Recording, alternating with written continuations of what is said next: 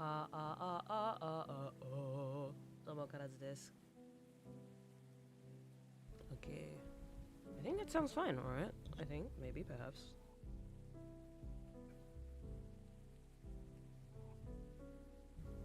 There's the rain noise background. I hope I sound loud enough. I've got the mic pretty close to my face.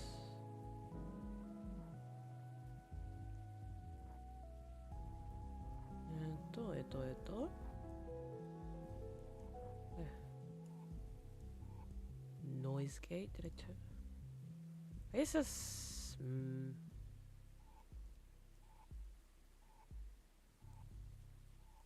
limiter?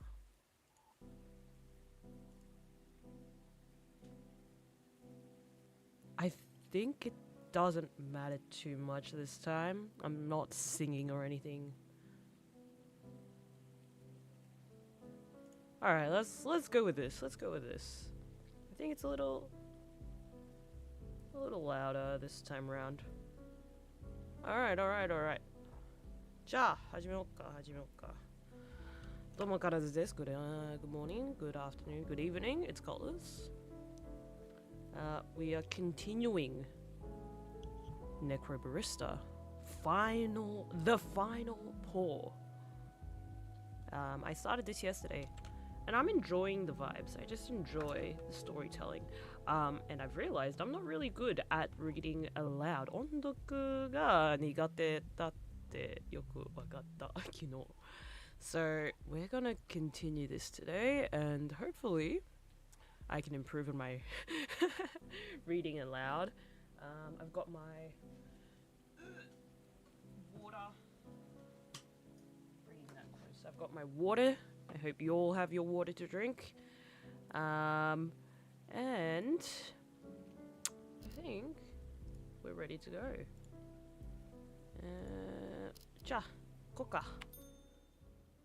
So last time we went through the first part where we met Kishan, freshly dead, roamed into the cafe, and he got dragged by, I believe it was Ashley, who wants to like stick knives onto robots and send them into a row battle royale.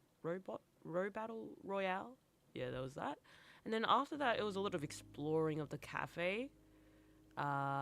Look at you, turning into a responsible human being. During intermissions at the end of episodes, you can freely explore the terminal. Okay. So I just went around and I looked at all of them. Let's recap on them anyway, because just in case I missed any. I'm sure I haven't missed any. So there was the fishman. I read that. That was an interesting one. The Lamington one was super interesting. You get a Lamington to help you make a Lamington. Authentic Australian Lamington, right? You come over here and you have thinking about alchemy the wrong way. Hilarious. There was this one, crucible product reviews. Judgmental. This is mainly Shay speaking, and actually in conversation with Ned Kelly. Now, what I find interesting is you have 24 hours in this cafe before you move on. I'm assuming you still don't so-called pass away and move on into like the next life, but yeah, there's that. That one of the rules is you can only stay in here for 24 hours before you need to move on. Ned Kelly, somehow there's like obviously ghosts that don't move on straight away, and one of the characters, Shay, is obviously a lot older than the average human lifespan. We have the upstairs, which I can't obviously explore. I can't. We checked out Ashley's journal down here, and I think that was about it, because I haven't been able to spot anything. I believe these pictures you might be able to see him at some point, but continuing on, let's move on ahead. Yes, I do want to continue.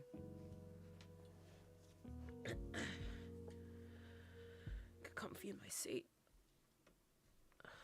You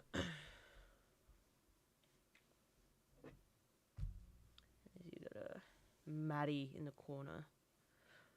What I quite like about the characters in this story is you've obviously got Maddie, both Maddie and Shay are Cantonese speakers.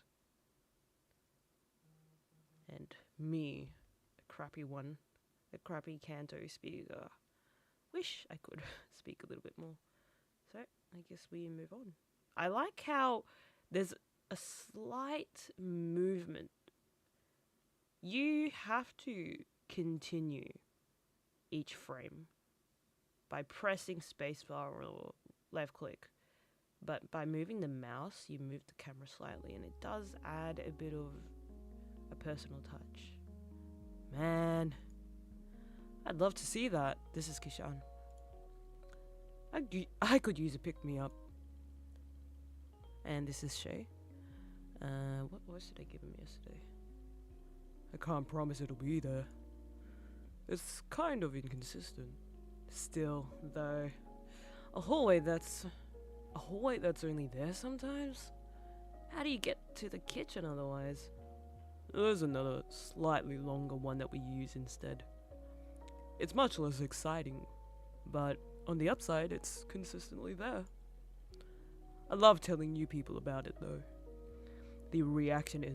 Their reaction's always hilarious. I definitely didn't expect to be getting enthusiastic today over a weird quantum hallway. Or enthusiastic at all, actually.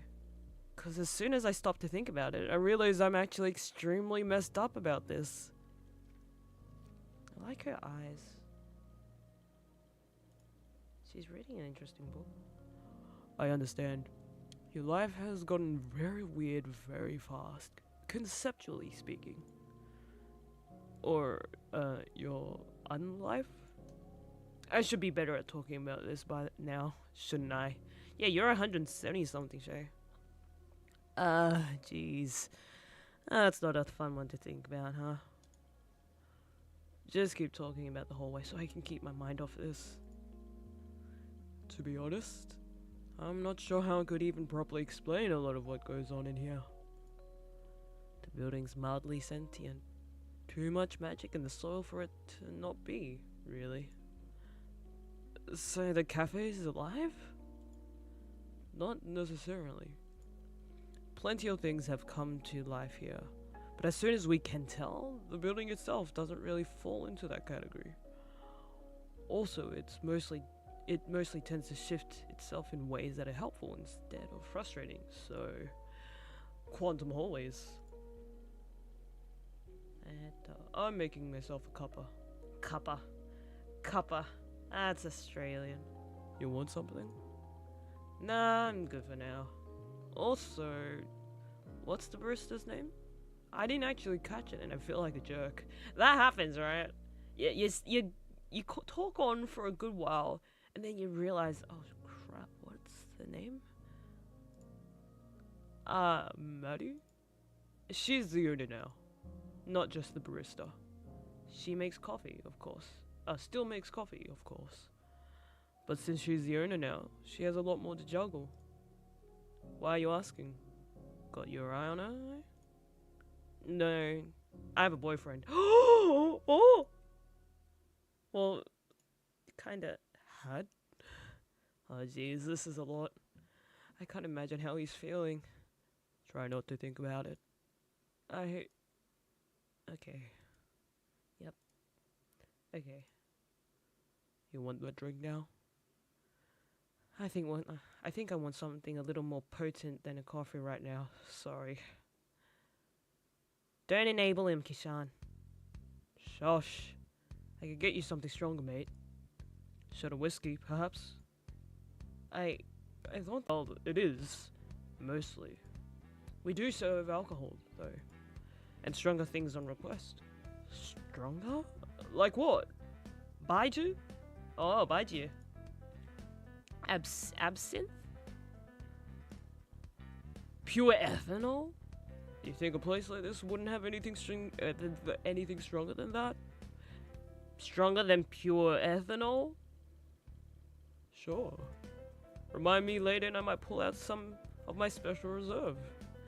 Don't enable him, Kishan. Hey, someone's gotta drink it. I know you're not gonna touch the stuff aside from setting it on fire. Excuse me, I have perfectly good reason for wanting to set a puddle of distilled soul on fire. We'll agree to disagree on that one. So, Kishan, what'll it be? Actually, I changed my mind on the coffee. Can I order something complex? Gotta treat myself on my last day on Earth. I'm after a sugar rush. If we have the ingredients, it shouldn't be an issue. Maddie can whip it up for you. Cool. In that case, can I have a large quadruple shot? Double vanilla caramel, no foam, super hot. Reverse, coconut milk what's a reverse? Coconut milk macchiato. Oh my god. With 2 sugars and whipped cream on top?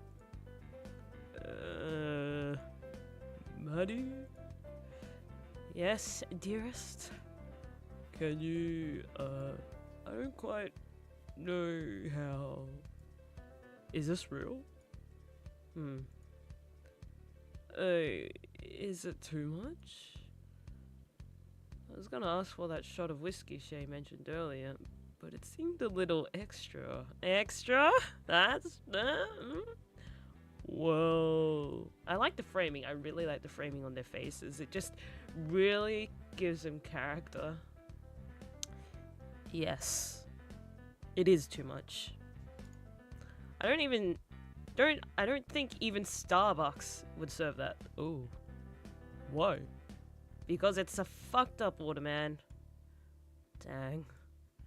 Every single word of that increased my urge to set the espresso machine on fire so I wouldn't have to think about making coffee ever again. Oh, but the whiskey's fine. I do that too. I have a counter offer, which you have to accept. Yeah?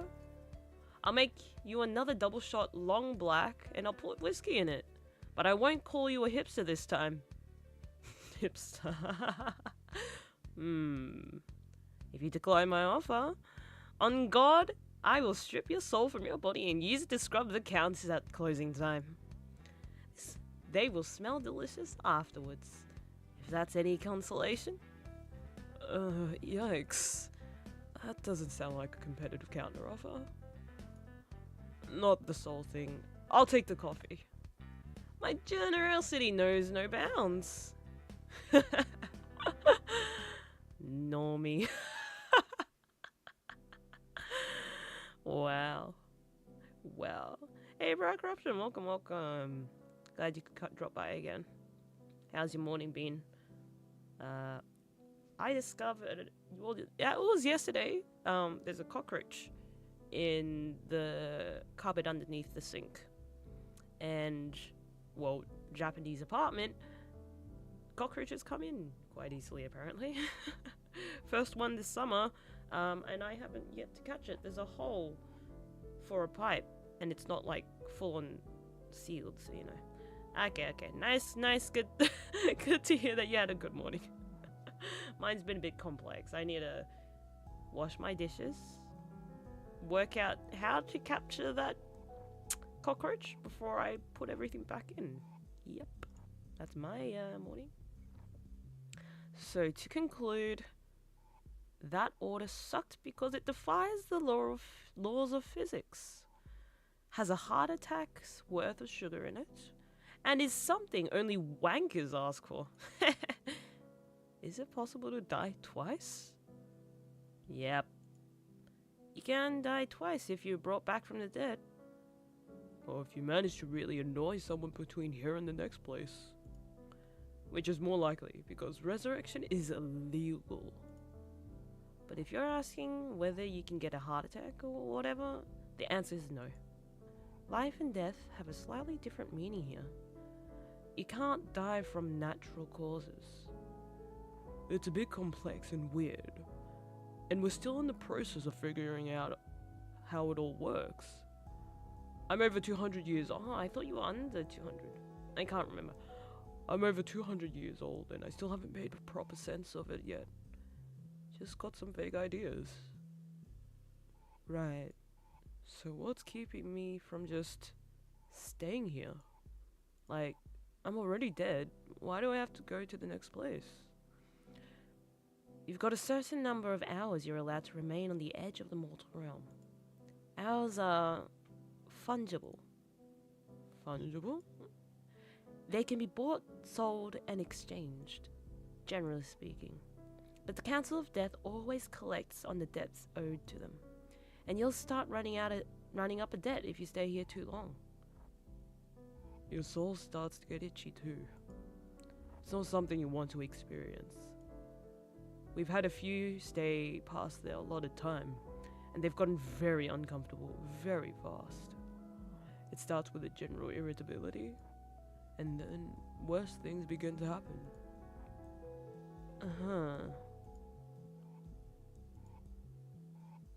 It's a weird thing to wrap your head around. How long do I have before I need to make myself scarce? You get 24 hours. Any longer and we start to pick up the tab.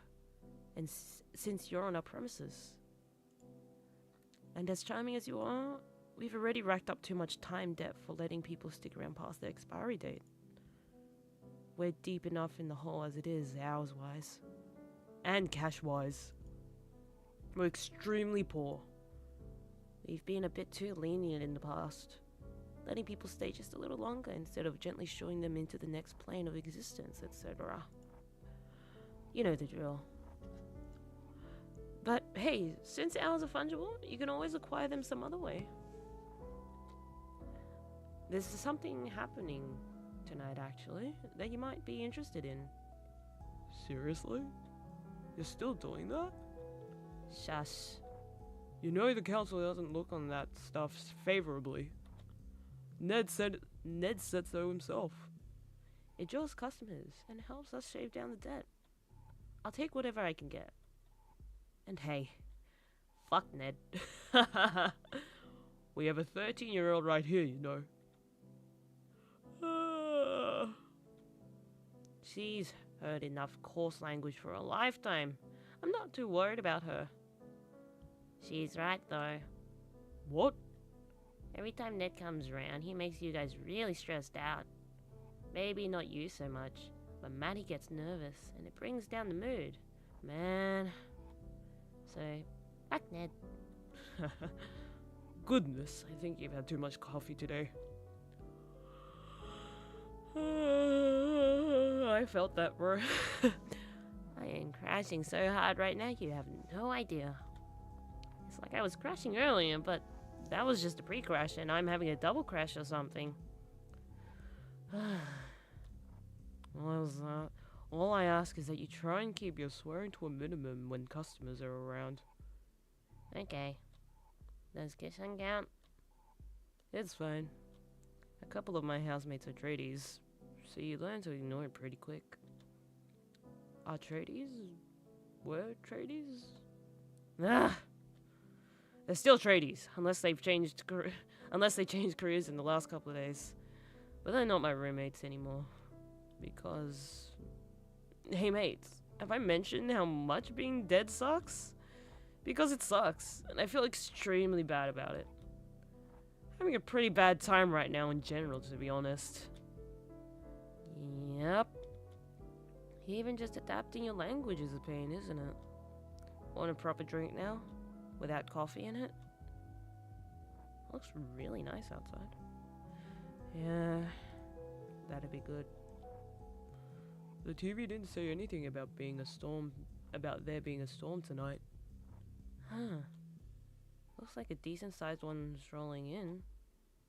Melbourne weather strikes again. Trust. I'll go upstairs and close the windows. Cheers. Come on, Ashley. Let's clean up your workbench while we're up there, yeah?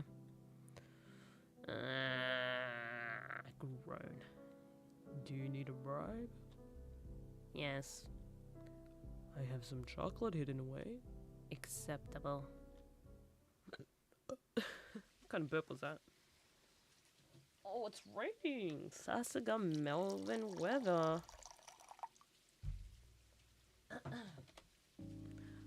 Wait, dead people can still get drunk, yeah? Why else do you think we serve alcohol? To make money? Well, yeah. Hang on. Do I even have my wallet? Doubt it. I don't, yeah. How does that work? Why do I have my clothes, but not the contents of my pockets?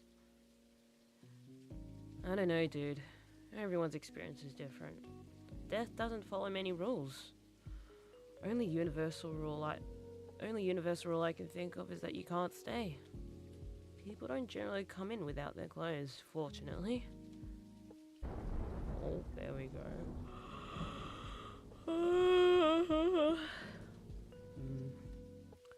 So about this drink, I guess you're gonna give me straight vodka or something? Why is that? You don't like making complex drinks. Dude, no. I don't like making ridiculous caffeine-laced milkshakes for overcompensating soccer dads. I'm happy to mix a cocktail within reason. Oh, okay. What have you got then?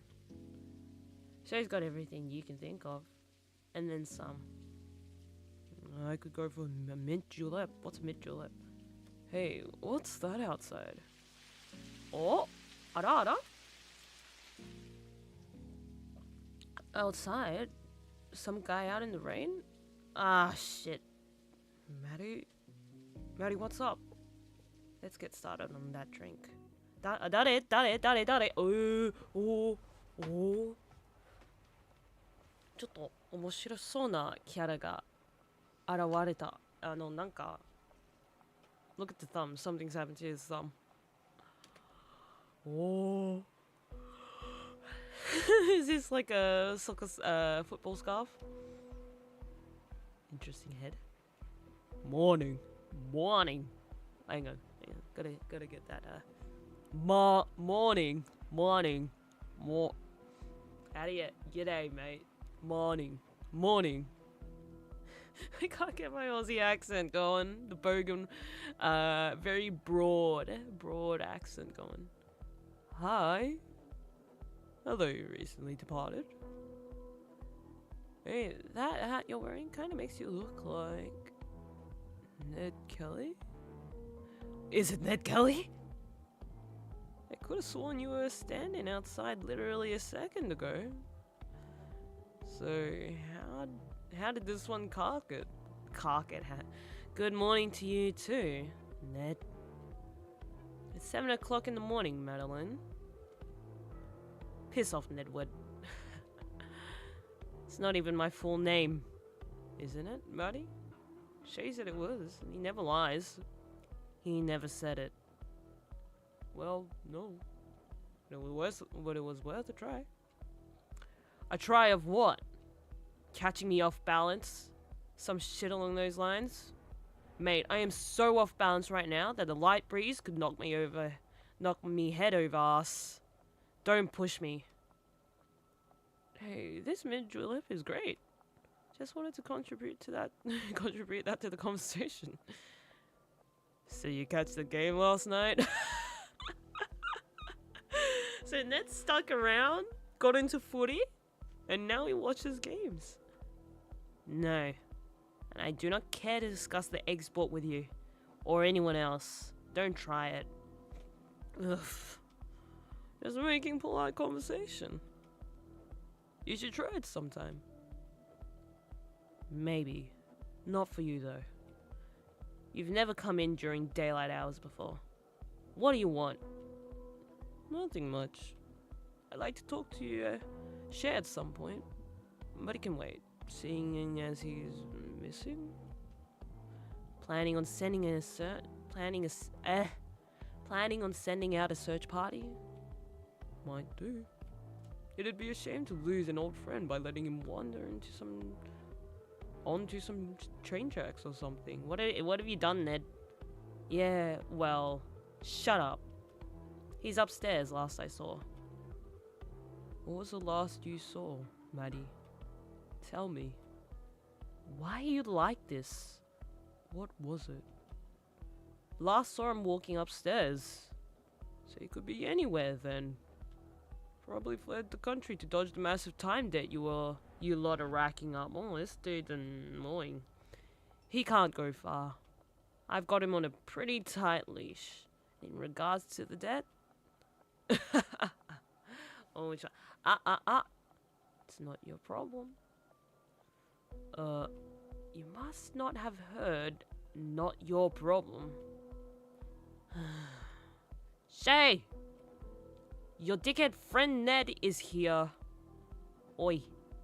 I'm a distinguished gent, not a dickhead. Looks like one. I'll be down in a sec.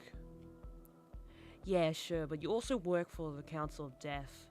So even if you are a distinguished gent, it cancels out.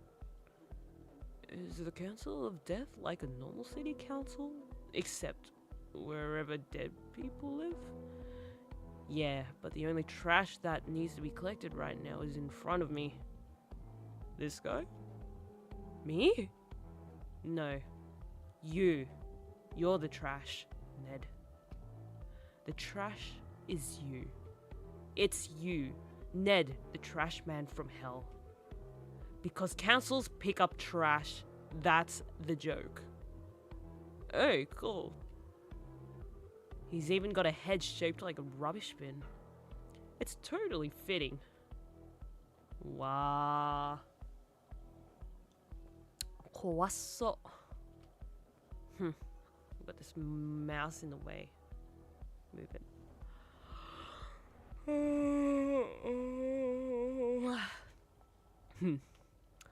I'm not from hell. I don't care. And to be clear, Ned, in case we weren't already, you are trash. You are the trash. Yeah, I get it. You know how long Shay's gonna be? Dunno. He was busy upstairs with Ashley.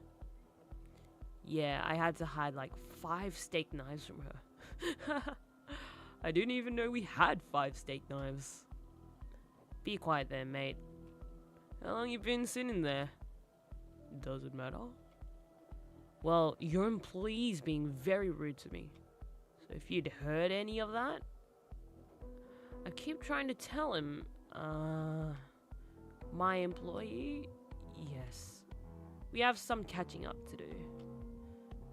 I don't follow. Did she quit? Did you fire her for gross incompetence? Huh. Far from it. There's been a bit of a shake-up in the cafe's management structure since you last arrived. I know, don't tell me you gave it the whole thing. Okay, I won't tell you. I tried to tell you before, man.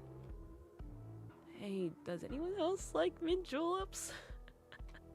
Because this is great, and I'm nearly done, but also my tongue is numb, and I'm wondering what the deal is with that. Was there something you wanted to discuss? I need a drink before we go through all that. Sure. The usual? Yes, please. The yawning don't stop. How come he gets a curly straw? Oh, hang on, wait, that's, Kishan speaking. How come he gets a curly straw? So, Shay, spin me a tale of how and why you handed the cafe to this person. Well, every man's got his price. Can my price be a curly straw too? Buddy, I'll give you 2 if it means you'll stop complaining about numb lips. Yeah, what did you make this with? I couldn't find half the ingredients, so I put a bunch of baijiu and, chili seeds? It's got some of the stuff though, so it's a mint julep in spirit, if nothing else. Does this have any mints or julep in it? At all? It definitely it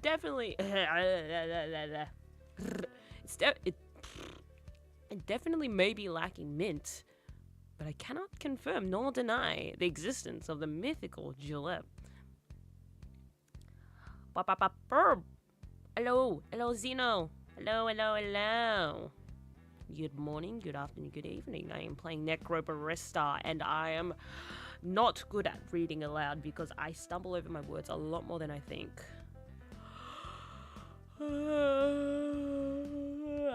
The yawning don't stop. You asked for Baiju earlier, though, so there you go. Mission complete. Maddie, I am getting very drunk very fast. Baiju will do that to you. Look at him. Here, I think you should have a little lie down. I'll get you some water. He looks very green now. I'm as strong as an ox. I don't need no lie down. Kishan, my dude, you absolutely need to get horizontal as soon as possible. You can sober up in one of the booths up at the back. It's nice and quiet over there. I'll fight ya. I'll win though. Up you get, mate. Bloody hell. It would have been helpful if you told me about this before. Probably. I'm not worried about it. Maddie knew she was getting into this. Maddie knew what she was getting into this. Maddie knew what she was getting to with this whole cafe situation. And it's natural that it freaking freak. And it's natural that it might take a while for her to get a hang of running a business. Bloody hell. A bit of a dog's dinner though, isn't it? For sure. But it'll get better. Like I said, not worried about it. Well, you might want to hold your judgment on that for a moment. I am, unfortunately, here on official business. Oh. I shouldn't have given you the straw then. No, you shouldn't have. I look quite silly. You want me to get rid of it? It's just Maddie. She won't use it to derail our conversation or make me look like a fool or anything like that. Straw? No, I'll get you one after you have a nap. You can sip the water like a normal person. I'll put it with the dirty dishes then. Look at that. Bing! The sacrifices I make for this job. Hey, you met me through it. So it can't have been all bad. That was bloody 100 years ago. It's funny how I've given this chunk of a Ned Kelly, higher voice than I gave Shay in the beginning. Should I change it? I don't know. Hang on.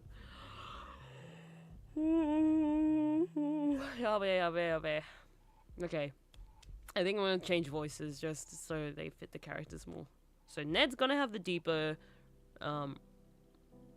rounder voice, and then I'm gonna give Shay a cooler sounding voice this time. Man, really? Longer. Time flies when you're immortal, huh? Quasi-immortal. This old rust bucket's still got an expiry date somewhere down the line. What's this about immortality? Hey, you should buy more plants. Shut up. Sorry, continue. Immortality? Nothing that I'd trust you with, that's for sure. Oh, don't you want to see me? Don't you want to see crotchety old me being rude to youngsters in 100 years? Truly, I do not. The far future doesn't need amateur necromancers. Your loss. So, you two heading upstairs? Actually, Ned does, in fact, have something fairly important to discuss with you. Oh? It's about the debt you owe. To the council. Yeah, I know. What about it? Oh, he's wearing shorts! Maddie, it's time. You owe us over 600 hours. Shake signed a contract. The hours or the cafe. You own the cafe, so you own the debt. And tonight, I've come to collect. Press. Oh, I'm not skipping.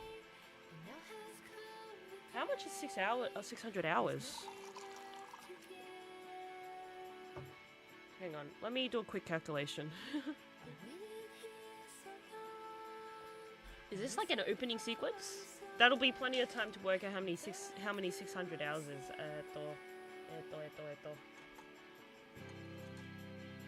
You guys enjoy this montage.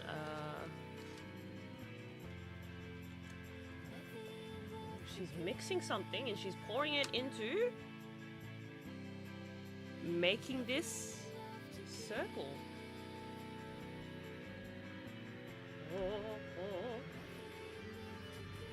Oh, very cool. This is a very anime like OP. Kishan sticks around, does he? That's Shay. Ned. Ashley. There were two more I didn't identify. Ah, this is nice. This is pretty cool. The shining glasses. Necrobarista. And I still haven't found paper to work out how much 600 hours is. Visitation. Is it possible to die twice? Where did it go? I'm supposed to have a thing around here. Oh, here. It literally was there. Okay, 600 hours. Too much. Hang on. 600 hours. And how many does 24 go into?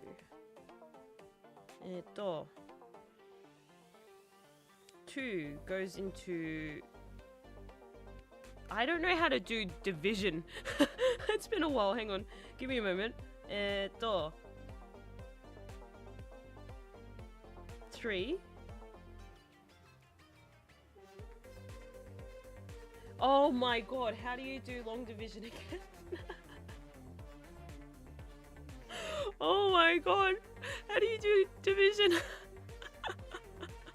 Hang on. Let's do it something else. So, if Maddie owes 600 hours per se, we're looking at an entire year's worth, I think. An entire year's worth of life, perhaps. That might be it. You know what? I will do this. I will solve that later. I don't even know. Okay, unless you can hear me. What is 600 hours worth of days? How many days is 600 hours? I need to know that. That was kind of intense. No, what voices did I give these 3? Damn it. That was kind of intense. Do they do that often? The song and dance thing? Yeah, what do they think they are? Some sort of anime street gang? What sort of self-obsessed jerk has their own theme song? Don't be a downer, pal. No, I was talking about the dramatic encounter. Oh, between Maddie and Ned? Yes. Yeah, they've got the chemistry. Not the romantic kind, the explosive kind. Can't leave them in the same room together or they'll kill each other. Bad history? Maddie's just a serially troublesome person from Ned's perspective. Doesn't help that she can't stop herself from pulling pranks on him. No, I suppose not. I mean, he doesn't make it easy either. I don't think he's used to having his authority questioned. She really gets under his skin. Wasn't he a famous criminal? And therein lies the irony of the situation. What a strange world we live in. Boom.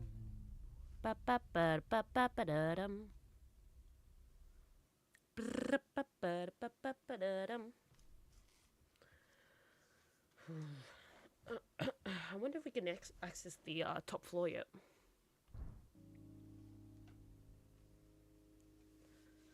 This shouldn't be a depressing memory for any of us. Doodle mode is now available. You can speak to Ashley to access doodle mode. Yeah. We're upstairs! Woo! We're upstairs. Wow. Okay, what memories? Billiards. The Fisherman 2. Oh, we can continue the Fisherman story. Okay, let's do this one. Last time, I believe, so person who looks like a fisherman, seemed to be aged, walked in, asked for food, and, you know, generally people ask where they are, but, I think this fisherman was just asking for food, and then, so, Maddie was coming to like him. His name was Jack Daniels, no connection to the actual Jack Daniels alcohol brand. Talked about, you know, receiving gifts, even though you don't drink much by yourself. But yeah, it's a gift that you can share with others, which is the Jack Daniel alcohol. The expression on Jack's face was expectant when Maddie came out of the kitchen carrying his plate. Expectant, but not impatient. The expression fit his posture, sitting upright with his hands folded and resting in front of him. Your halibut's ready? Jack's eyebrows raised when Maddie set the plate down in front of him. He closed his eyes and lowered his chin just a tad, allowing the scent of grilled fish to waft into his nostrils as he drank in the odor. As several moments passed, a smile crawled onto his face, and he grabbed a fork and began cutting the halibut up. He was several mouthfuls in when Maddie spoke up. I thought you said you weren't going to eat it, she said. Couldn't help myself, said Jack. Smelled too good not to give it a taste, and tasted too good to stop. I couldn't help but notice the hesitation, said Maddie. Jack held up the fork, which had a piece of fish speared on it. You know, a fish like this, you never know what kind of memory it's going to bring up. Not all memories are good, but this fish, it tastes like adventure, conquest. You fish much? You could say that, said Jack with a grin. I made it out and made it out on the water several days each year. Catch any big ones? Lots, I'm sure, said Jack. But I'm more of a quantity over size kind of person. The most important weight is your tally at the end of the day. I'm not the patient kind of fisherman. Where'd you learn to be so patient, if not from fishing? Fishing's the only time I'm not a patient man, said Jack. Funny, said Maddie. I tend to hear the opposite from a lot of people. I take really long vacations, said Jack. That's when you fish? That's when I don't fish, said Jack. Ah, you're a fish tradesman. Better known as a fisherman, said Jack. But, yeah. Could have led with that, you know, said Maddie. Didn't I? Said Jack. Well, like I said, I don't get out on the water very often. And yet it's your profession, said Maddie. I think that would mean your days on the water. I think that would mean more days on the water. Such is life in Alaska, he said. Fishing season gets shorter every year. Ah, of course, said Maddie. Halibut are seasonal. You can only catch them when they migrate, is that it? It's the kind of business that's only open a few days out of the year, thanks to Mother Nature. Thanks to the government, said Jack. In 1970, halibut season was 150 days long. Then it got shortened to 100 days. You only work 100 days out of the year? No, ma'am, said Jack. 100-day halibut season was before my time. By the time I found myself on the side of Pacific, they were down to fishing derbies. They were down to fishing derbies. Actually, that's what got me out there. Derbies? All the fish you can catch for 24 hours. They're spaced out. Fishing season is just a few days a year now. Can you make a living doing that? You can catch a lot of fish in one day, said Jack. That's why they had to shorten the season. It doesn't take very many skiffs on the water before you have a problem with overfishing. I was sold on the promise of working for several days out of the year and being able to come back home and live the good life the 360 days out of the year. I didn't have to work. He grinned in a way that suggested he wanted Maddie to prompt further. Did Alaska deliver on that promise? Said Maddie. Is America truly... I should have... American accent... Is America truly a land where streets are paved with gold? Hang on. The streets are paved with gold. Even though I... forgive me. Stuff the American accent. I can't. For the life of me, I cannot. I struggle making accents as it is already. The streets are paved with gold, even though I'm told there's black gold to be found in Alaska. But yes, Alaska did deliver what was promised. I worked several derbies a year and I made enough to live pretty well. I just skipped the part where I was supposed to come back home. What's the matter? Said Maddie. Didn't want to sail back to Australia. So he is Australian. Sorry. Didn't want to sail back to Australia? Afraid of getting seasick? No, ma'am, said Jack, apparently missing her joke. You met someone who convinced you to stay. A few someones, said Jack. You spend time working a skiff with someone, that's the kind of bond you don't find easily, and it's not the kind of thing you give up easily. That kind of bond, working only a few days out of the year? Said Maddie. It's intense, said Jack. It's like being in the line of duty. It's a little like going to war. War against the fishes? War against the sea, said Jack. When it's all you can catch for 24 hours, you don't have time to be safe. When the day arrives, you're out in the water no matter the weather. And those skiffs are not large boats. For every 1,000 fishermen that go out, 997 come back. Firefighters have better odds than that. Soldiers have better odds than that. So yes, it is a bit like going to war. He looked down at the fish in the front of him for a moment.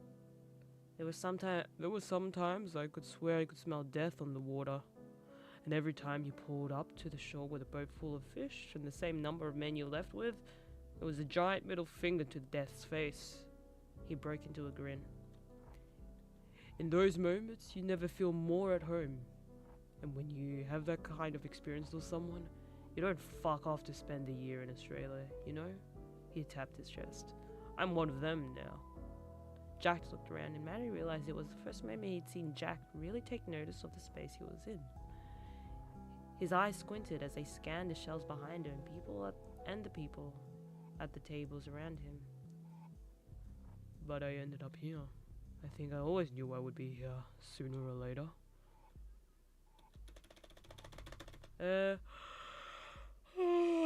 So he knows he's dead.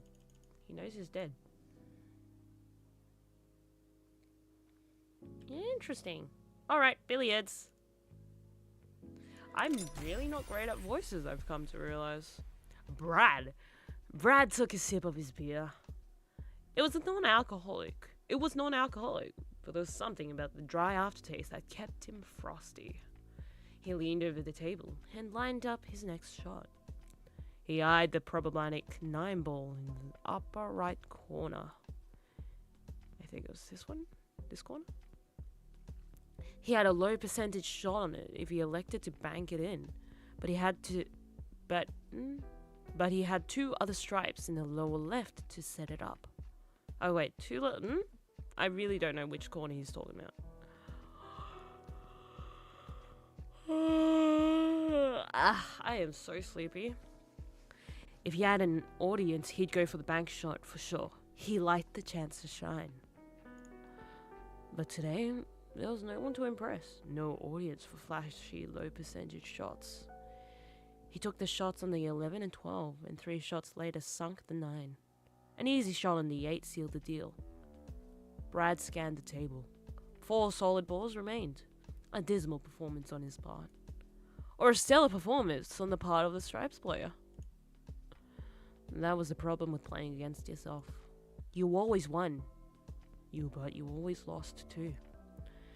Brad chugged the remainder of his beer and added it to his collection of empties, which now stood 5 bottles strong. He took a moment to survey the room. His table was the only one of the 4 that was in use. That didn't come as a surprise to him. It was early in the evening, and he had grown accustomed to spending time alone in this room. He knew when he could come here to be alone and when the other sharks showed up. Brad grabbed the triangle. It was looped around his collection of beer bottles and set the balls in order for another round. Someone came up the stairs, and Brad looked up briefly, long enough to see a woman who he recognized as the door-faced dour-faced barkeep who had served him the beers that kept him company for the past hour or 2. Several steps behind the woman, he saw an older-looking man. The man stopped in front of the table in opposite Brad's and began chalking up his cue. Brad directed his attention to the man. He usually offered people a game when they came up, but the man himself prepared to keep himself. But the man seemed prepared to keep to himself, so Brad said nothing and tried to focus on his own table. He set up the break, and the older man coughed as he shot. He hit the cue ball just a fraction off a good degree. Read the words, KaLRZ. Read the words and read aloud. He hit the cue ball just a fraction of a degree off. It bounced off the rack into one of the side pockets, and the rest of the balls jostled around the table. Stink. Brad didn't swear when he was playing pool. His earliest experiences with competitive billiards had been in an environment that forbade obscenities and issued foul penalties every time he let out an involuntary shit or fuck. He'd had to find cleaner substitutes. Break. Came the sound from the old man's table. 2, 3, 4. Brad put down his break cue and picked up the leather-tipped cue that was leaning against the table. 5, 6. Brad chalked his cue, trying to avoid the tilt from his bad break. 7, 8. He lined up to shoot and realized the man was already finishing his ball. The man was already fishing his balls out of the pockets and collecting them in the triangle. Brad did a double take. Had the man sunk the 8 ball after 8 strokes, including break? Brad continued playing his own table, but kept an eye on the older man this time. It happened again. Break. 2, 3, 4, 5, 6, 7, 8. A perfect clean sweep. As the old man began clearing the table, Brad walked over. "Excuse me," he said, "but I couldn't help but notice you hit 2 perfect games." "What's that?" The man turned to Brad, squinting at him. Brad repeated himself, a bit louder this time. I was just complimenting you on 2 perfect games. I'm just going to chill here, even though it's an event happening today. There's an event? Oh, sounds interesting. Hey, yeah, take your time. I'm just struggling reading. So yeah, chill. It's fine. I was just complimenting you on 2 perfect games. Impressive stuff. The man heaved his shoulders. Sometimes you get a bit of luck on your side. Still, said Brad, you don't see novices hitting 2 consecutive perfect games. The man offered another ineffectual shrug. Do you want to play a game? Brad gestured to his own table, which was already set up. Most of the people who come around here tend to be novices. I've been itching for a bit of competition. Brad paused, but the man said nothing. Of course, if you prefer to play on your own table, I don't mean to intrude. We can play, said the man. Though, if I can shoot perfect a third time, you won't get to. I'd be impressed if you could pull that off, said Brad. The older man racked the balls and stepped away from the table to let Brad break. Brad leaned over the table and took several practice strokes before finally connecting the cue ball. The break was weaker than he had expected, but he managed to sink one ball. He looked at the table, annoyed, and realized that he hadn't bothered to check if the rack was frozen before he broke. If the rack was frozen? Frozen? From what? The beers? His next shot was a bit straight. Where am I inserting these words from? His next shot was straight into the middle pocket. He briefly visualized the trajectory of the cue ball in his mind. It would easily knock the sixth ball in, then bounce towards the front of the table. Brad wasn't confident of where exactly the ball would stop, but he was confident he'd be able to do something with it.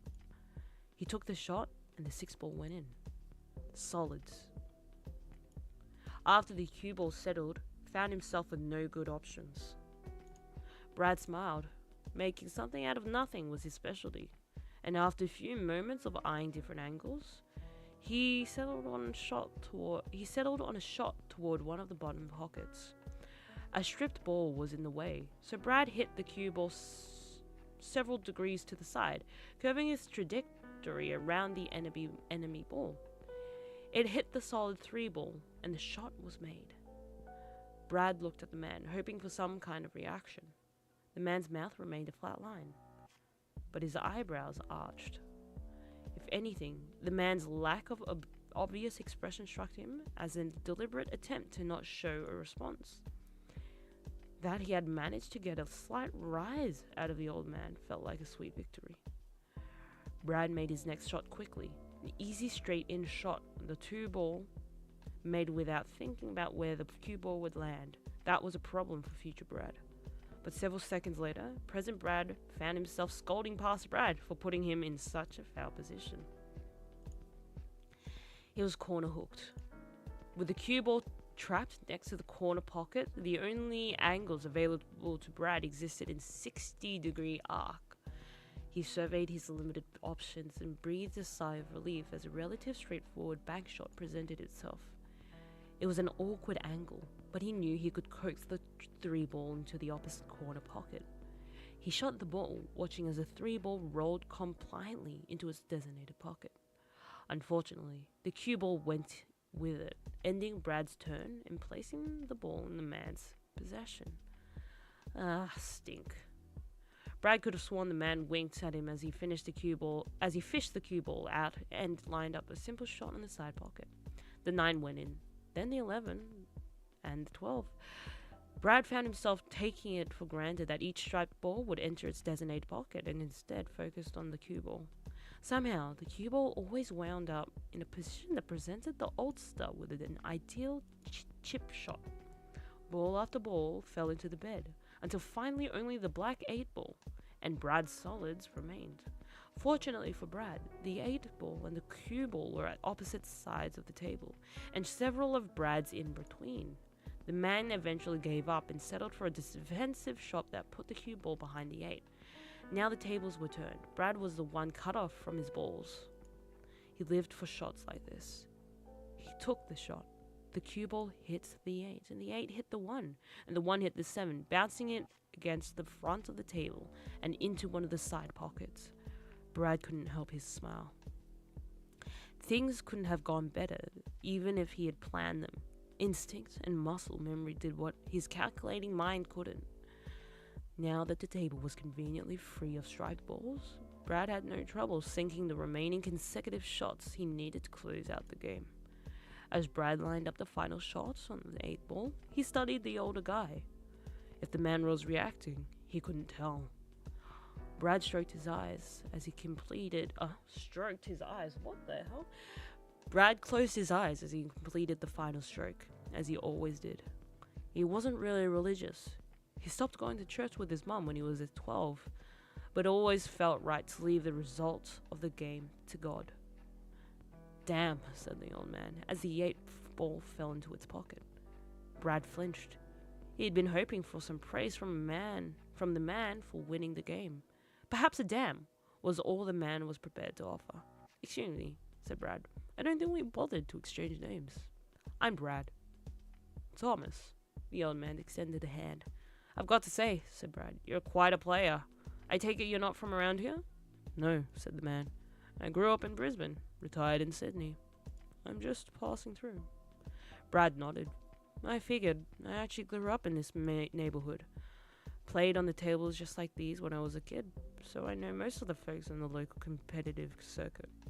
I guess someone like you would have played competitively, huh? You don't pick up skills like that in a tiny pond. You'd be surprised, said Thomas. A man can accomplish quite a bit when he's given enough idle time. But you've played competitively, said Brad. I used to, yes, said Thomas. I actually formally retired many years ago, but kept the table at home for practice, to keep my mind sharp. Where did you compete? Oh, I toured in England. Wait, said Brad. You were a pro? A pro makes a salary, said Thomas. I won enough to cover my travel expenses and to make up for the time I spent not working a real job. Brad couldn't hide his excitement. Wait, you said England. Did you ever play in the World Billiards Championship? Yep, said the old man. I played the WBC for a few years, but eventually I decided the title was a summit I'd never reach. So I quit. Wait, said Brad again. You said your name was Thomas. Are you Thomas Walsh? Indeed I am, said Thomas. You're a legend! I think you might be overstating it, said Thomas. Even when I was at my prime, I wasn't the best. Results speak for themselves. Nah, fuck that, said Brad. You were a finalist for 6 years running. Nobody's been that consistent. Even the best pros who managed to run hot burn out even after more than 2 or 3 years. Thomas sipped his beer. I spent hundreds of hours watching your videos, said Brad. I didn't realize there were videos of me, said Thomas. I have tapes of the finals from 1967 and 1968, said Brad. They didn't record them before that, but your last 2 years got recorded for posterity. They're the kind of rarities at this point. But I had a coach who had a vault of old footage. Coach? Thomas arched an eyebrow. Yeah, said Brad. You didn't have a coach? Thomas shook his head. We mostly just taught ourselves and each other. Sometimes you got to practice with people better than you, and that was it. Well, I mostly taught myself, said Brad. But after I started winning some regionals, I joined a team so that I could get sponsored and have a group to train with. Interesting. Brad waited for Thomas to question further, but no question came, so he decided to continue without an invitation. I won the WBC in 2012. No luck since then, I take it, said Thomas. Brad stammered out. Well, yeah. He laughed, awkward. I've never been a consistent player. Not like you, anyway. He offered a sheepish grin. My mom had an album full of article clippings talking about me like I was some kind of prodigy, the next big thing. Now it feels like I'll forever be a footnote in history. Brad waited for the heroes of affirmation to come from his hero. Thomas just took another drink from his glass, finishing it before setting it down next to Brad's empty bottles. Said Brad, feeling foolish. Can I get you a drink in exchange for another game? It would be a real pleasure. Sure, said Thomas. Get me a Guinness. Actually, make it 2. Brad sprinted down the stairs and returned several minutes later with a tray bearing 2 pints of Guinness. Thomas began setting up the table for the next game, Brad hovering over him. You know, said Brad, this place is pretty magical. Getting to play a game of pool like this? He wasn't quite sure how to say it, but he figured Thomas knew what he was getting at. I mean, this is the sort of place where anything can happen. You know what I'm saying? Not anything, said Thomas. There are limits. Well, yeah, said Brad. But still, 2 former champs, one coming back from, beyond the grave, so to speak. That's not the kind of encounter you'd expect to have anywhere else. Thomas looked at him. Magical indeed. When I walked up here, I didn't realize that you were all... Well, rubbed his chin. Let's just say that I don't meet a lot of pool pros at this bar. He took the sip of his beer. You want to break? Sure. Brad broke, and with hands guided by instinct, managed to sink 5 balls consecutively. Like magic, his shots always connected. Some people might buckle under pressure, but Brad's performance always seemed to rise to the occasion. With just 2 striped balls left, Brad knew he was on a streak, but as he lined up his next shot, he took a moment to consider the position of the 8 ball. It was nestled in an awkward position behind Thomas's ball. Zzz. But if he could clear a path to it while sinking the last stripe... Brad looked at the sea of balls and knew there were no way for him to mentally calculate every vector. But instinct had gotten him this far and he wasn't about to stop listening to it now. Brad took the shot and the cue ball knocked the last striped ball into the corner pocket. Then the cue ball bounced off the table back toward Thomas's cluster of balls. Brad grinned in elation as the cue ball hit a solid, which hit another and another in a chain reaction that sent the 8 ball heading right toward the corner, just like he'd wanted. It was headed right toward the corner, where there were no balls to intercept it. It was headed right toward the corner, into the pocket. He stopped grinning. Brad knew with a growing dread that the friction of the cloth wouldn't be enough to stop the ball in time. He watched the impending disaster happen in slow motion, powerless to stop it. The game had been going so well. He'd been about to hit a perfect game in front of his childhood hero, and now he was going to lose it in the most inglorious way imaginable. An accidental, illegal combination shot. A legal combination shot? Brad closed his eyes, but not even God could help him now. He didn't need to see it. The sound of the ball plunking into the pocket was enough. He'd lost the game.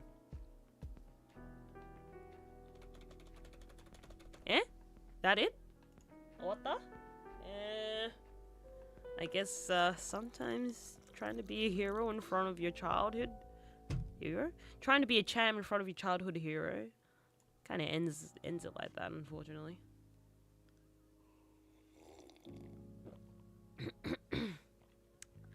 Alright. Oh, delicate operation. What is this? What's this supposed to be? Usually these things here are like CPR kits. Let's see. What is it? Ashley stepped behind the counter and winced as the floor creaked under her feet. Maddie was nowhere to be seen, but Maddie did possess a remarkably sharp sense of hearing. Luckily, the cafe was empty, as Ashley tiptoed to the case where Maddie kept the baked goods. Ashley lifted the glass lid off the case and closed her eyes as the scent of yesterday's lamingtons wafted up and overwhelmed her. Ashley had spent most of her life convinced that she didn't like coconuts, but that had changed the day that Shay introduced her to lamingtons. To be fair, Ashley still wasn't sure that she actually liked coconut. Chocolate frosting could make anything taste good, but she couldn't deny the cake's irresistible allure. Ashley lifted a lamington from the case and gently set the lid back down. She raised the lamington to her lips and opened her mouth to take a bite. Ashley? In a moment of panic, Ashley shoved the pastry into her mouth and sealed her lips. Her mouth was quickly overwhelmed by the pastry's thick frosting covering, and she did her best to choke it down before turning to face Maddie. "Hmm?" said Ashley, hoping that her cheeks didn't betray what was inside. "Ah, good, you're here," said Maddie. It was a bad sign anytime Maddie expressed pleasure at seeing Ashley.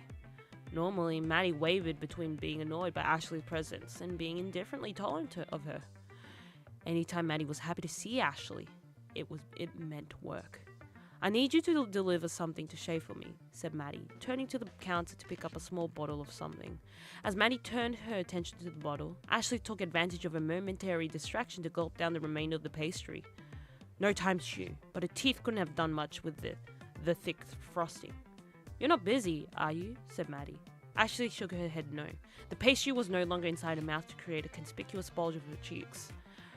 But opening her mouth would reveal the thick chocolate frosting that was still probably present on the teeth, so she kept her lips sealed. "Good," said Maddie.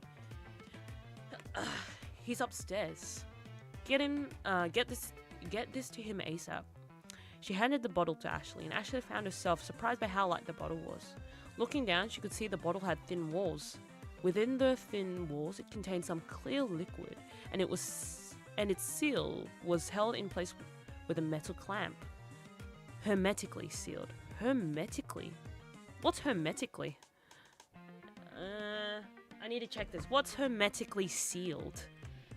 Hermetically sealed.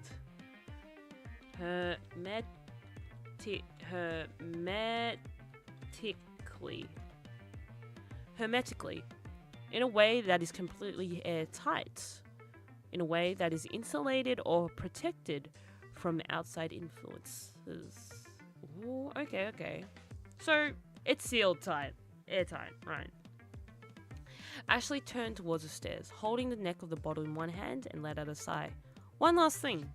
Ashley swallowed her sigh with a gulp and closed her mouth before facing Maddie, lips tight shut. "Be careful not to drop it," said Maddie. "Thousands could die if you spill any of it." In any other situation, Ashley could have asked Maddie a probing question to figure out what was in the bottle, or get some idea of the significance of the task that had been assigned to her. Significant enough that thousands of lives held in the balance would apparently not important enough for Maddie to do it herself. But Ashley's lips remained sealed, and she merely nodded and turned around. Lamingtons were not meant to be consumed in a single bite, especially by mouths as small as Ashley's, and the thickness of the frosting lingered in her mouth and throat made her desperate to ask for some kind of drink, but she dared not ask for one. Ashley looked down at the bottle, unsure of the best way to carry it. The bottle was slightly too large for her to hold in one hand, and grasping it in the front with her two hands felt awkward. The bottle wasn't heavy, but Ashley's confidence in her ability to carry the bottle without dropping it was less than perfect. Should she cradle it under her arms protectively? No, that seemed like it would put her at greater risk of fumbling the bottle. The crook of her elbow wasn't as dexterous as her fingertips. She settled for carrying the bottle with one hand placed under the bottom to hold. Why am I having so much difficulty reading? Maybe it's the music. It's the music. I'm gonna pull my earphones out from my ears a little so I can hear my own voice. She settled for carrying the bottle with one hand placed under the bottom to hold the weight, and the other hand wrapped around the neck to steady it. Ashley walked slowly with the bottle as she ascended the stairs. Maddie hadn't told her the liquid was volatile, and the bottle was hermetically sealed so there was zero chance of anything spilling out. But that didn't change the sense of trepidation Ashley felt. Armed with the knowledge that there were potentially thousands of lives at stake, she cringed every time she saw the liquid sloshing inside the bottle, leaping up and lapping at the edge of the seal. Ashley realized her arms were shaking and pressed the bottle against her chest, hoping to steady it. As Ashley's hand struck nervously with the bottle held against her chest, she wondered if the large amount of sugar she had forced down her throat had something to do with the shaking. It was more likely that her shaking was the result of being told the thousands of lives could be lost if she dropped the bottle. Still, the lingering taste of the pastry in her mouth didn't help. Ashley silently lamented the fact that she had been forced to consume the lamingtons so abruptly. Lamingtons were a treat to be savored, not shoved into one's mouth in a moment of panic. She hadn't even had the chance to properly enjoy it. It was hard to simultaneously feel the pleasure of a tasty treat and the panic of being caught. Whatever the outcome of this errand, she had wasted a wonderful pastry. Several agonizing minutes later, Ashley arrived at the top of the stairs and spotted Shay standing at the handrail. As she walked up, Shay turned to face her, and she presented him with the bottle. Ashley cleared her throat of any lingering stickiness before speaking. Maddie said you needed this. Ah, good, said Shay. I was running low. Ashley gasped with relief as Shay took the bottle from her and started taking deep, labored breaths, suddenly becoming aware of how high her heart rate was. Shay popped open the seal on the bottle and then splashed some of it onto a rag. Several drops dripped onto the floor, and Ashley let out a terrified squeak. Something wrong? Said Shay. Maddie said thousands of lives could be destroyed by what's in the bottle. Well, that's the idea, said Shay as he folded the rag and ran it along the railing that overlooked the cafe's ground level. This is supposed to kill 99.9% of all bacteria. That still leaves hundreds of bacteria alive. But I try not to think too hard about that part. Ashley's jaw dropped. It's disinfectant? Yeah, said Shay. Why? Did Manny not tell you? Ashley's shoulders slumped in a mix of relief and exasperation. She only told me that it could kill thousands. And you didn't ask what she meant by that? No, said Ashley. I was preoccupied. Said Shay. He turned his attention back to the railing, inspecting it for a moment before continuing to wipe it. Ashley turned to head backstairs. By the way, Ashley. Ashley turned to face Shay. He reached out, placed a finger on her shirt, wiping off a bit of frosting. He raised it to his finger and smelled it. Chocolate? He said. Yes, said Ashley. One of Maddie's Lamingtons? Yes, said Ashley. Nay nodded and licked the frosting off his finger. Go downstairs and bring one up for me too, will you? So, Maddie knew. Maddie definitely knew. And obviously everyone likes Lamingtons. I haven't had a Lamington for a solid while. Advisory roll. Look at these stack of plates. Someone didn't clean the stack of plates. Can I sit in the chair? Nope, I can't. Okay. My lips are dehydrated. I think for every... How much time have I been streaming for? Now, okay, so for every story part there is, main story part, and I get to go around to explore the different kinds of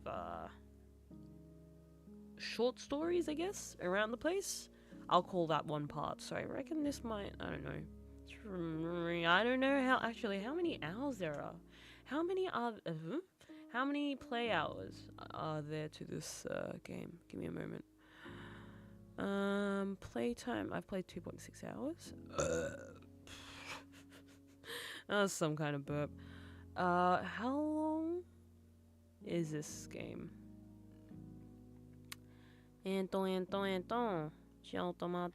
Well, I mean, I think there are a few more characters. Definitely a few more characters to meet. How many play hours are there? Play hours. Where do you see the play hours for that? Alright, some reviews. 5.8, 8.6, 10.8. Okay, so this is a 14.7.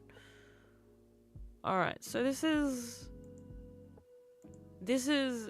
obviously gonna take a few play times, but it's interesting. It's definitely interesting. So even if it's like an hour and a half per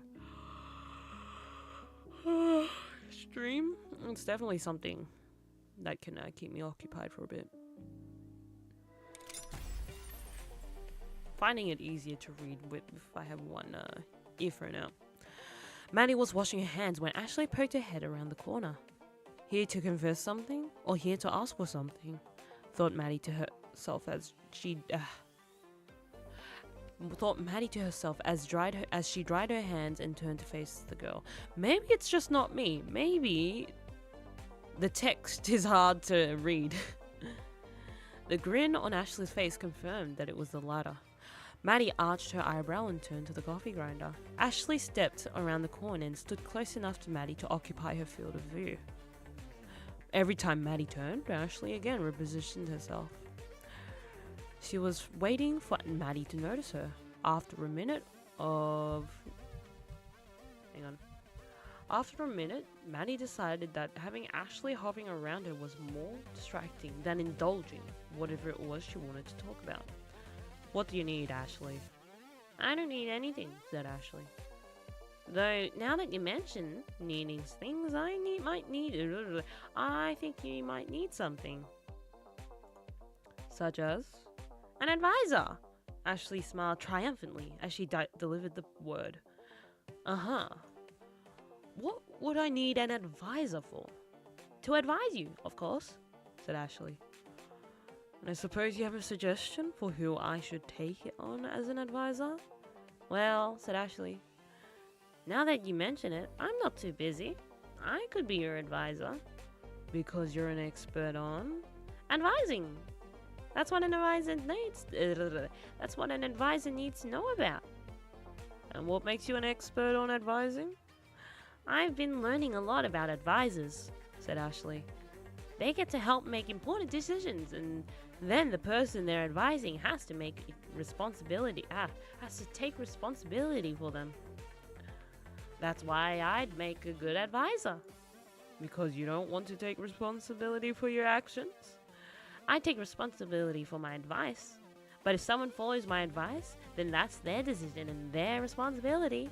Duh. I don't think I need an advisor, said Maddie. Oh, but you do, said Ashley. Aren't you always complaining about how busy you are? Yes, said Maddie.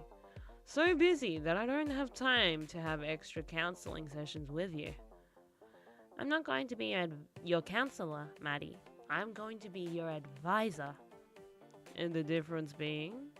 The counselor counsels, and the advisor advises. Of course, said Maddie. Busy people always seem to have advisors, said Ashley. The Prime Minister has advisors, presidents do. All the most important people have advisors. Their advisors tend to be more experienced than they are, said Maddie. Advice travels from those who have it to those who need it. Well, I'm doing fine, so I don't need advising, said Ashley. But you could do with some advising, and I'd be happy to give you all the advice I've got. Plus, you're more important than I am.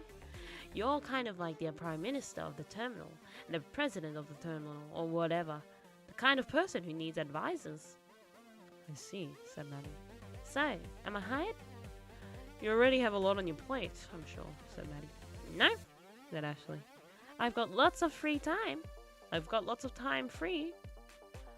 Ah, in that case, you have time to wash the dishes for me, said Maddie, tossing the drying rag to Ashley. Let me know when you're done. Wait, said Ashley. I'm only free to advise. I'm physically fatigued from a long day of work. Only my mind has extra processing power. I can only help you if it's by advising. Well, advising has physical responsibilities associated with it, right? Said Maddie. Like sometimes an advisor will go to places to get important information. I guess so, said Ashley. I can do anything that relates to giving you information. In that case, advised Ashley, I need you to give me a report on which of these plates looks best when it's sparkling clean. But they're all dirty right now. Exactly. Time for you to do some investigative research. See ya. Alright, so Maddie worked her way out of that one and basically told Ashley, go clean Maddie's inbox. Uh-oh. You know what that means? Emails. Well, you can play darts here. Let's see what kind of emails she's been sending. 2014. from Janet? Annette? Jeanette? How do you say that? Jeanette? Janet? I'm gonna say Jeanette? Jeanette Annette. Jean Bean, 19 at yahoo.com. Spirit Beacon leaking. Date, January 25th, 2014, 7:58 a.m. To admin at terminalvelocity.com.org. Hi Madeline. This is Jeanette from the location down by the docks. I believe we met in person for the first time last month. I was opening up this morning and noticed that most of our spirit juice was gone. I checked the map and saw that you're the nearest location with the spirit beacon. I think you may have drained some of our supply. Honest mistake, I'm sure. But if you could stop running your spirit beacon during peak hours, that would be much appreciated. Thanks and looking forward to working with you in the future. Jeanette. From Annette, Jeanette Annette.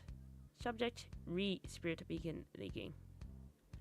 January 28, 2014, 1:59 p.m. To admin, terminalvelocity.org. Hi Melon. Hope you got my previous message. Just wanted you to give an update on the spirit juice situation over here. I had several bottles that I marked last night just to confirm the issue, and when I got in this morning, the levels were below where I marked them. We're definitely losing pure spirit juice, and you're the only one spirit beacon close enough to be affecting us. Please modulate your use to reasonable levels. I don't think this should be a problem as long as you're not running your beacon overnight. Again, not trying to assign blame here, but please be considerate to folks at other locations. Thanks. Jeanette. Oh no, here's another one. Jan 20. This is like happening all in Jan. Madeline. Oh, she dropped it. She should drop the high. We're draining spirit juice over here so fast that if I sit and watch, I can see disappearing from the bottle. You're the only spirit beacon that is even remotely close to where we are, so we really need you to stop. If it's affecting us, then it's probably affecting other locations. This is completely unacceptable. Fix this now. Janet. Oh, here we go. Another one. Feb 1st. Next day. Hey Madeline. Care to explain why you weren't at that terminal today when I showed up? I spoke with a girl named Ashley. That's a different spelling. Who said you decided to take the day off. What a coincidence. I was not impressed by the crying routine you had to do. Honestly, you should be ashamed of using a child's fake tears to try and hide from a situation that you caused. Turn off your beacon. I don't want to be the bad guy here, but if you don't do something, I'm going to have the council involved. I'm going to have to get the council involved. Now, here's another one. Clarence from yahoo.com. Misplaced cutlery. Feb 8. Hey Maddie. This is Clarence from the docks location. Just wanted to give you a heads up. This morning we found out that the site manager we recently hired, I believe you met Jenna last month, was leaving spirit juice in untempered glass bottles. And we had a bit of a leak. We ended up having a bit of a problem with some animated cutlery. So we know who's at fault. We have the situation under control here, and we're mostly sure everything is accounted for on our end. Unfortunately, this started happening about a week ago, which might have been enough for something to wander off far enough that we wouldn't be able to detect it. Very unlikely that this happened, but just wanted to give you a heads up in case a possessed steak knife wandered off far enough to find your beacon and decides to pay you a visit. Sorry about this situation. Rest assured that the person responsible for this won't have any opportunities to mess up anything of this magnitude again. By the way, are you planning on going to M's birthday next month? Regards, Clance. From Maddie Xiao. Oh, that's her last name. Cool. Misplaced cutlery. October. Okay, that's several months down the track. A good several months. Hi, Clance. Sorry, I missed your message earlier. Several months, Maddie. I no longer use this address. Please use contact terminal velocity for anything related to terminal business. Hope you enjoyed M's birthday party. I don't remember why I couldn't attend, but I'm sure it was a good reason. Maddie. That's hilarious. That's hilarious. She just never used that address. Or, you know, she, wink wink, never used that address. Stopped using that address, you know? That's funny. I think that happens, you know. People are like, hey, we ain't using this address anymore. I wonder if I can get up there. No, I guess not. Climb. History of Germany. The set. Sewing book. History of Germany, sewing book. What's this one? Dictionary. I can't read at that angle. Coffee menu. Okay, I think that's just oh, one more, I guess. And then there's no more here. I started at this end.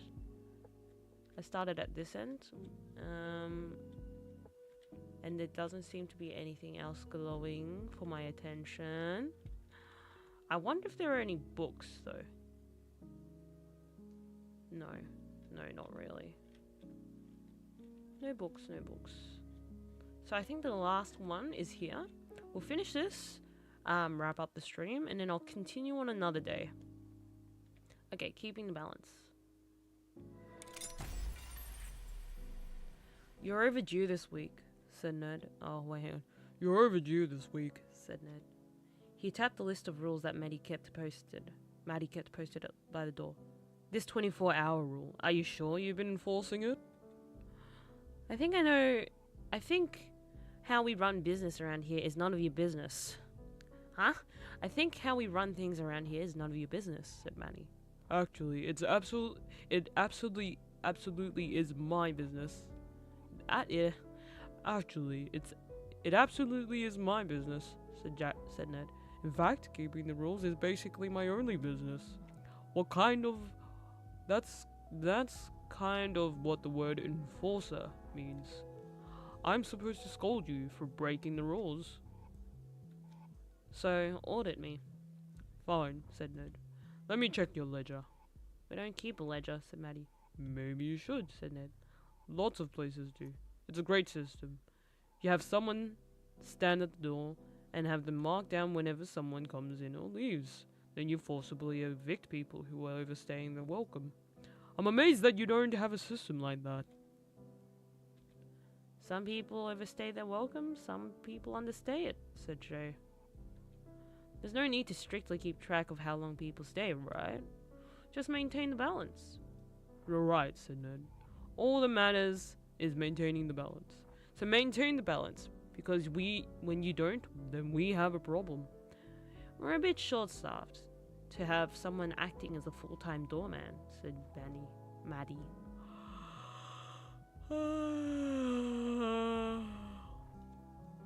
Figure it out, said Ned. He tapped the board listing the rules. Change 24 hours to 23 hours. When you say 24 hours, people think you colloquially mean one day, and they don't pay attention to the specific time. When you say 23 hours, people actually have to keep track of what time it is. That would be fine, said Jay. Except for the part where you're cutting time of people's stay. Trust me, said Ned. Anyone who would go right up to the limit is probably going to go over it. 23 hours is going to mean 23 hours plus the extra 5 minutes, 10 minutes, half hour plus, however long it takes to finish their drink. And if they leave in less than 24 hours, who gives a shit? I give a shit, said Shay. You're right, you should give a shit, said Ned. In fact, you should celebrate whenever you manage to scoot someone out of here in under 24 hours because the balance is upset and you've got to correct it. You can either correct the balance 1 hour at a time, or the council can come in here and repossess some souls. Or we can find someone who knows how to manage this property responsibly. He turned to Shay. Come on, buddy. I don't want to have to take this place away from you. That would be quite the escalation, said Maddie.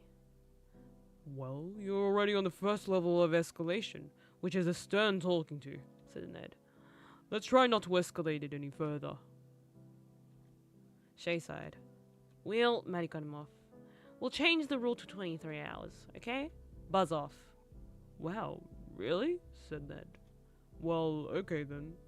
And while you're rewriting the rules, you should also take the green tea frappuccino off the menu. Fraps should be for coffee, not tea. Done, said Maddie. Wait, really? Said Ned. Damn, I didn't realize you were so open to feedback. Also, the caramel... We'll take it under advisement, said Maddie, placing a hand on Ned's chest and physically pushing him out toward the door. Hold up, said Ned. What are you doing? Removing unwanted guests. Removing an unwanted guest, said Maddie. I need the practice if we're going to start enforcing those rules you care so much about. No, said Ned as he continued backpedaling to stay upright. Look, you could just... Bye, said Maddie as Ned crossed the threshold of the cafe and Maddie shut the door in his face. She turned around, leaning her back against the door and sighed. Shay raised an eyebrow. You're serious about changing the rule? You're serious about the rule change? Yeah, said Maddie.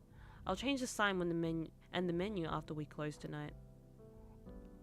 Wait, really? The rule change is just to keep him off our back, said Maddie. And the menu thing?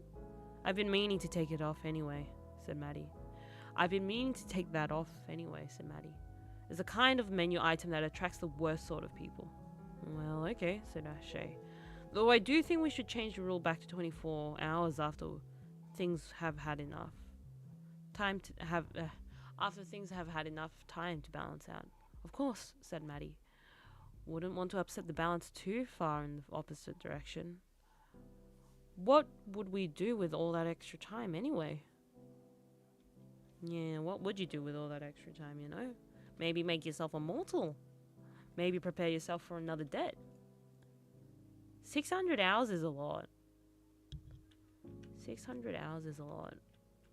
Okay, so I think I've cleared the stories up on this second level. Because there was a fisherman and the pool game and stealing lamingtons and advisory roles in dirty dishes and Maddie's emails and another thing, second floor menu. Oh, I'm going back downstairs. Enter doodle mode. Yes. Let's check out the doodle mode.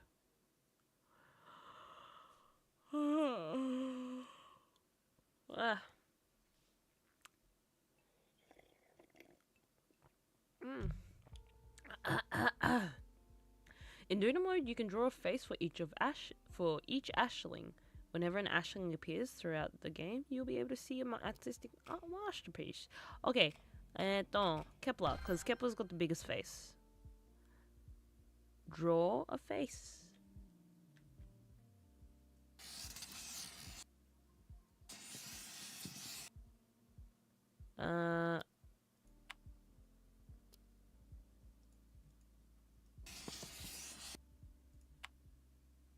Okay. Let's, make this look like bocce.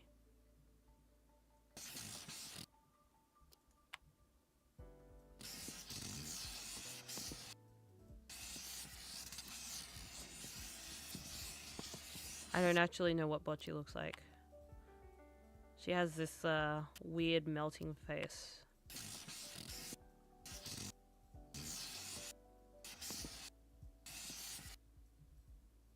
And then she has...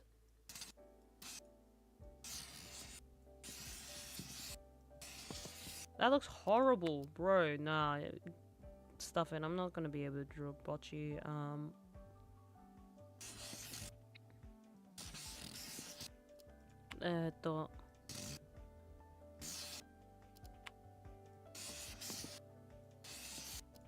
You know what? It's a Shoblon face.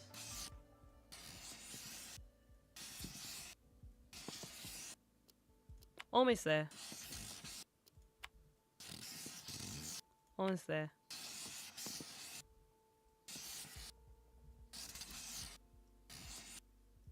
There we go. Oh, look at this cutie. Hello. Hello. Alright, that's one face. No, I want to,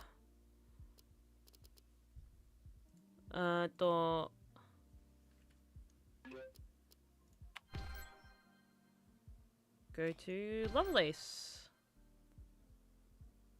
Let's see. What's a good Lovelace face?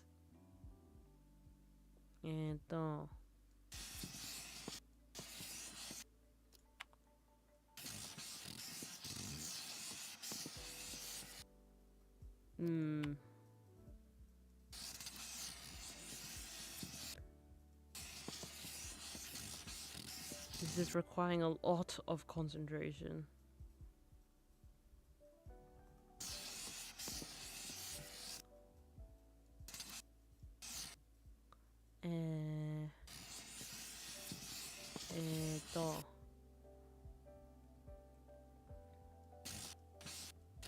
That's a star.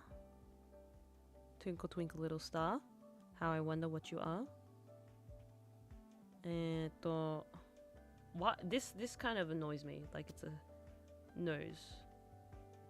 Oh no! I drew on it. Reset and clear drawing do the same thing. So what's the point?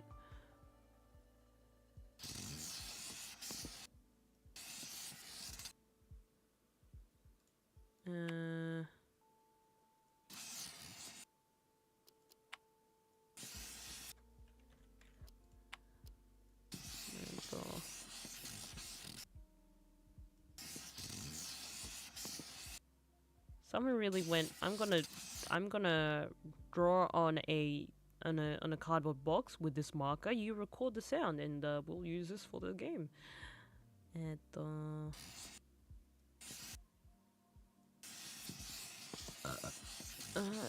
not triangle enough, but that's okay. And then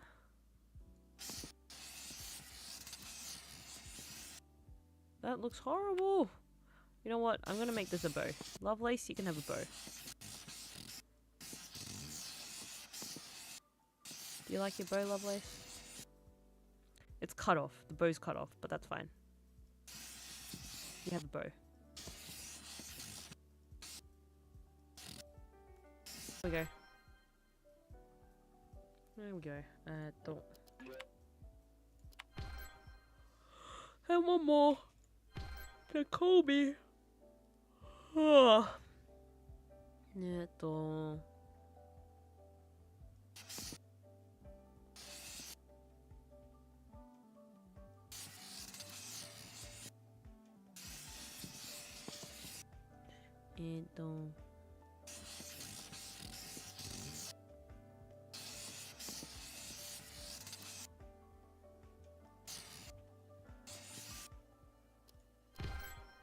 Okay, well, let's see what that looks like from afar. It's probably gonna look weird as... Ah! Oh my god, they're so cute. You know what? I enjoy... I think I did a good job. Look at them. Look at him.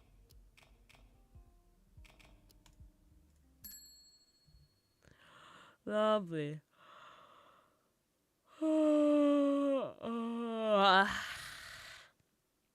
眠い。もうめちゃくちゃ眠い。めちゃくちゃ眠い。This should be a depressing memory file. No, I got... okay. Let's go downstairs again. I've read all of it. And I've read... Oh, I guess there's nothing new down here. Nothing new. I've read all of them. I don't want to continue. Not today. Not for the rest of today. Okay, well, that will, I would say, wrap up. Let's wrap up while staring into the evening, dawn, twilight, sky. I don't know, whatever this is.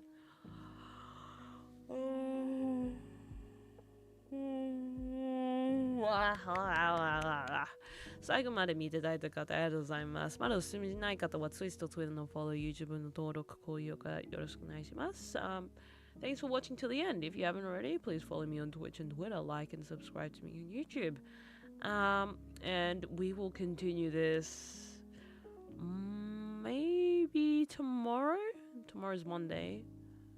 Or Tuesday evening. I'm kind of tossing between tomorrow evening or tomorrow afternoon or Tuesday evening. Most likely Tuesday evening. So today's Sunday, Tuesday evening, 2 days from now, alright? Okay, so even if it's not Tuesday evening, Tuesday morning again. Yep, so 最後まで見ていただいた方様yeah, I think, yeah, my choice, but we'll have to see how I'm feeling if I'm like, oh yeah, I can talk for an hour and a half trying to struggle reading and complain about reading. I'm kind of bad at making, oh yeah, no, same. A lot of my decisions are based on whim, purely whim. Alright, so yeah, I'll see you again, most likely Tuesday. Have a good rest of the day, everyone. Eat your food, hydrate, drink your water, and get your sleep. I started playing Pokemon Sleep, and it's consuming a lot of my phone battery. Yeah, see you next time. Alright. じゃあね。And, what do I press? The thing that I usually press. This is the thing I usually press. I can't... You know what? I'll get used to streaming once again at some point. Who knows? Anyway, see ya. Bye. KaLRZ. Bye bye.